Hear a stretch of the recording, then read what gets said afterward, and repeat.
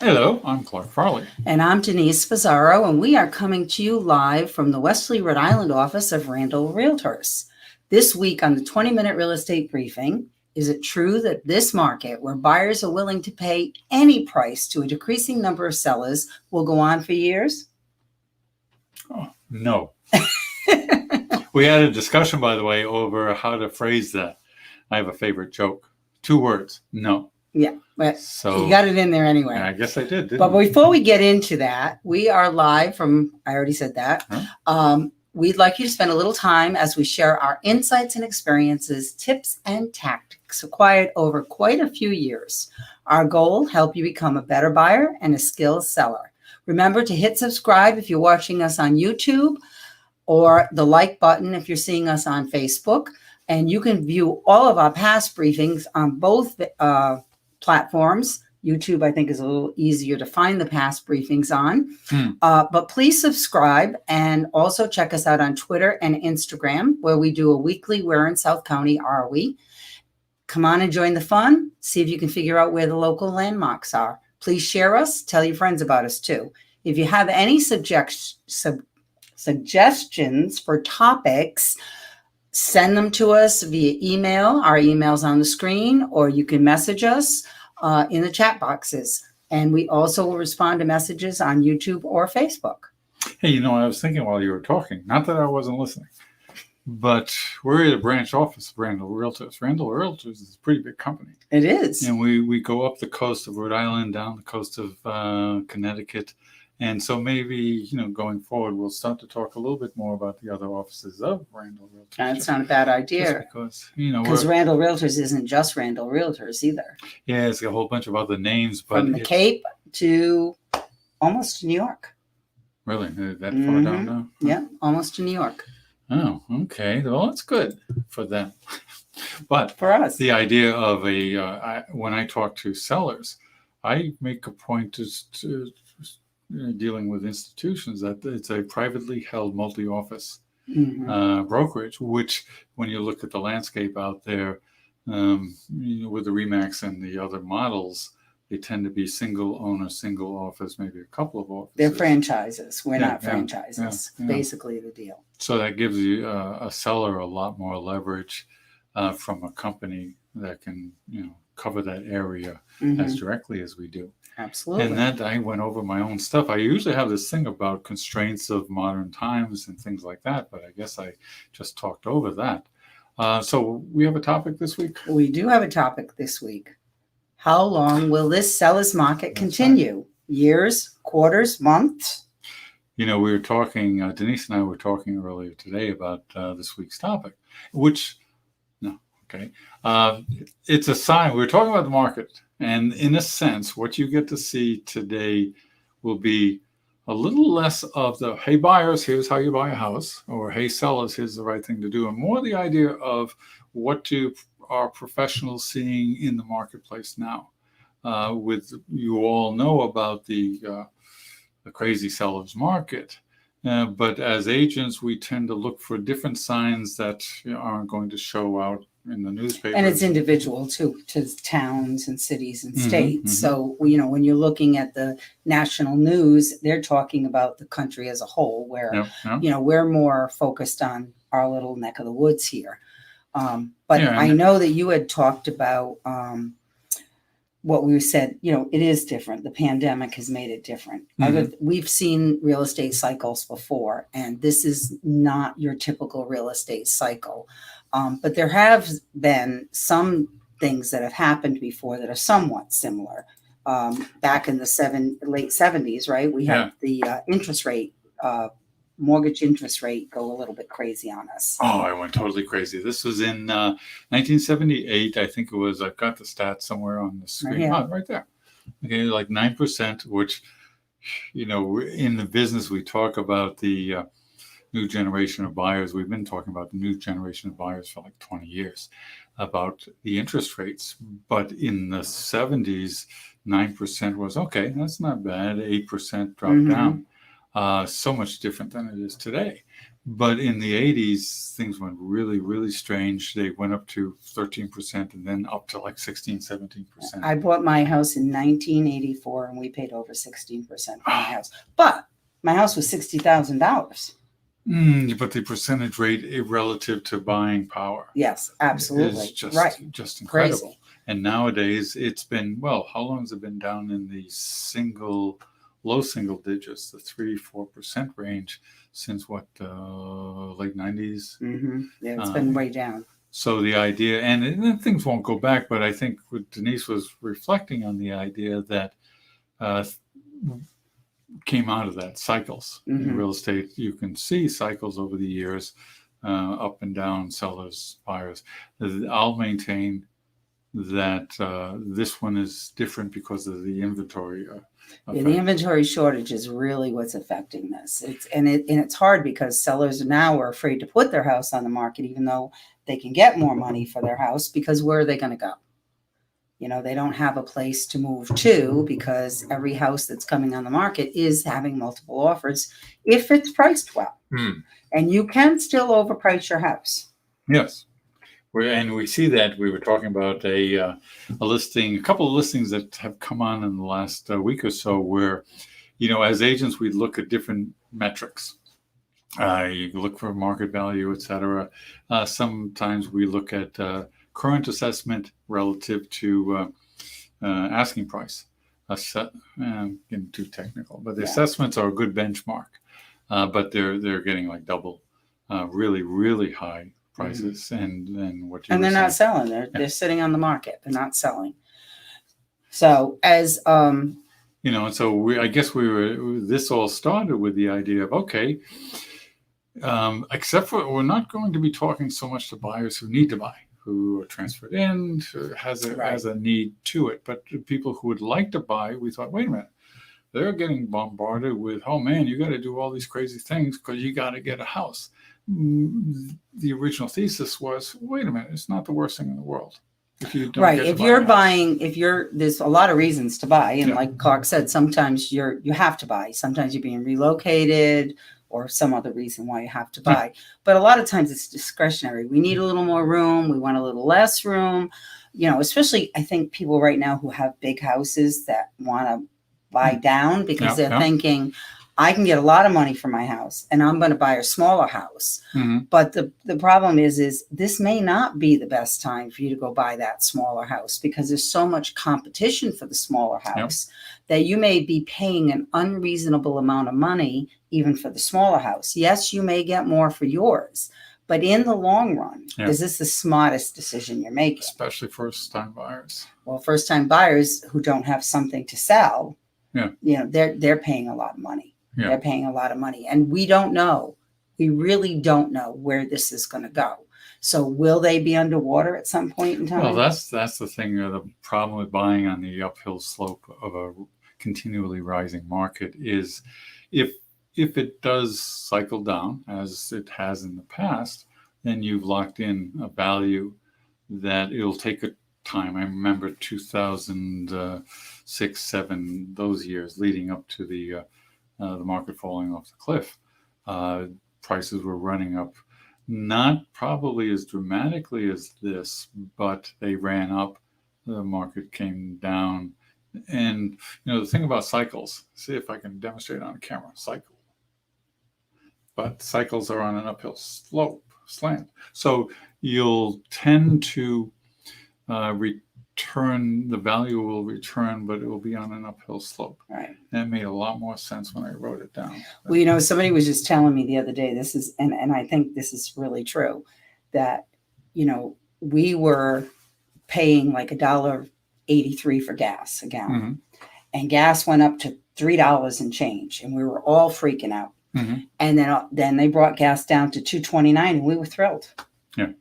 You know, and I think that's what you're saying about this cycle is that there is, for everything you buy right now, you can't buy a car, you can't buy a bicycle, you can't buy an RV. There's a lot of things right now that you are unable to buy because they don't have enough of them. Mhm. And so if you can buy it, you're paying a premium price for that. And that's the same as the real estate market. Yeah. There's not enough. So you're paying a premium price if you want to buy something. And that's great if you want a second home at the beach and you don't mind paying that premium price. But if you're looking for your home, then you may not be in the right time to be buying. Yeah. Yeah. And so unless you're going to stay a long time. Yeah. I mean, that. Yeah. Right. I mean, if you're going to move into your house and stay there for 30 years, then who knows you'll by see then? a couple of more. The market will move. Yeah. I mean, it's not going to stay like this forever. We just don't know what's going to happen after this. No, and that's where the interesting things that we talk about around in the office is the what signs we might see that things are softening as far as the seller's market. Now, big asterisks on that. Softening isn't the kind of thing where it gets softer and slows down. It usually isn't a straight line. Mm-hmm. But when you start to see certain things happen to where a good example lately is the business of 27 people show up at a house and maybe one offer. Right. And that's peculiar enough that those of us in the business take note of that. Right. Because a month ago, if 27 people showed up for an open house, there were 7 offers. Yeah. So it does show that the buyers are being more discretionary as well. And they're not willing to get into a battle for a house as much as they were and give up all their rights, give up the right to a mortgage, give up the right to inspections. There's a lot of things that people have been doing to secure a house that aren't necessarily in your best interest. That's that urgency model. But the idea that when we start to see little flashes of that kind of thing happening, now houses will still fly off the shelf. You still get some properties will draw tons of offers like they did. But the fact is, 3 months ago, the idea of 27 showings in one offer just wasn't happening. So if it's starting to show up and the inventory is increasing a noticeable, not a huge amount, but a noticeable amount, which then in turn takes the pressure or the perceived pressure off the buyers. So if you are a buyer and you don't need to buy a house right now, there are a couple of things you could be doing to get yourself in a better position to buy when the market's a little bit more buyer friendly. Some of the things that you can do is talk to a mortgage expert. Mm-hmm. You know, we're big about stress, relieving your stress. We're big about having the professionals lined up for when you're ready to go. And I think that talking to a mortgage expert and, finding out about your credit scores, finding out about your income to debt ratio and what you were actually able to buy and what you want to buy. Because a lot of times a lender will say that you're able to buy, say, $400,000 house, but that mortgage payment may not be what you want to handle. So you may want to say, I can buy a $400,000 house, but I'm more comfortable buying a $350,000 house. I want to be able to sleep at night. Right, exactly. You don't want to be house poor. So, and that kind of thing with the mortgage expert, we do advocate the idea of getting, if you're setting out to buy a house, to get a person. But once you've got the right person, meaning somebody you're comfortable with, I guarantee that they won't mind you calling and asking questions about mortgages. No, they don't. Even if they know you're going to set back for a while because they're in a service business, and any good mortgage person, like any good real estate agent, will provide the service, and everything else follows. Absolutely. I mean, we get calls all the time about asking us about how to buy a house or asking us about a certain house on the market. We encourage that. We want you. One of my pet peeves is family and friends said, do you mind if I give your cell number out to people? Yes, please give my cell number out to people. We don't mind that. We don't get paid until a house sells, but we are a service industry. So we are here to answer your questions and help you someday achieve your dream. If it's not today, it may be a year from now. I have had clients that I've talked to and helped out for 2 or 3 years before they actually bought a house. So we have had an urgency. going on where, buyers have felt like, I need to get this house. But unless you're absolutely found your dream house, you need to take a breath. Yeah. And the other good thing about what we're talking about, what you can be doing in the meantime, is learning about market value in two steps. One is to understand what market value is meant to represent. And the other thing, and I talk to buyers a lot about that, is you don't know what the house sells for until it closes. And that takes time. But if you're not running out and trying to buy a house, then your agent will say, hey, this sold for X number of dollars. That's what we do for a living. So if somebody says, hey, I think this house will sell for $800,000, I might say, no, you're totally wrong. It's going to sell for $629,000 because I see the comps. Right. So as a buyer, if you want to be a real savvy buyer, then you keep track of the comps, and then you will know firsthand what market value is. Because basically what the market value is what a buyer is willing to pay. Not what sellers put their price on the market. I love when I hear my neighbor just got $700,000 for their house. No, your neighbor asked $700,000. That isn't what the closing number is. Let's wait and see when it closes. And that neighbor has some guy who knows for a fact that somebody else paid $400,000. So we've talked about talking to a lender. You've talked about talking to your realtor. So, there's a lot of things that buyers have given up in the course of this. One of them is a mortgage and mortgage contingency. And so, having a mortgage contingency prevents you from overpaying because you have to have it appraised. A lot of buyers right now are saying, that's all right. If the appraisal comes up short, I'll pay the difference. Well, that means you're overpaying for the house. So if you're willing to do that. The banks don't pass on appraisals. No. They do it for a very good reason, value to risk. So the idea of saying, nah, I'm just not going to worry about that is probably very, very rarely justified. Right. So you do want to know the value before you even go into it. I mean, a good agent, when you've decided you want to put an offer on a house, should run a market analysis for you just to see that you're not overpaying. Because you do have to, you would have had your home inspections before the appraisal typically, right?